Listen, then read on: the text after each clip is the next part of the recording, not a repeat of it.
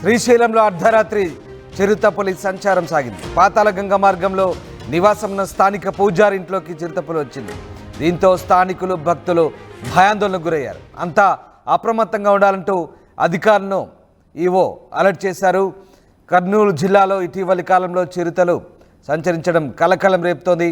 ముఖ్యంగా ఇటు మహానంది అలాగే శ్రీశైలం ప్రాంతంలో చిరుతలు పూర్తిగా జనావాసాల్లోకి వచ్చి సంచరిస్తున్న దృశ్యాలు ఇటీవలి కాలంలో తరచుగా చోటు చేసుకుంటున్నాయి. తాజాగా పూజారింట్లోకి పాతాళగంగ మార్గంలో నివాసం ఉంటున్న స్థానిక పూజారింట్లోకి చిరుతపులు వచ్చింది. దీంతో స్థానికులు భక్తులు భయాందోళనకు గురవుతున్నారు.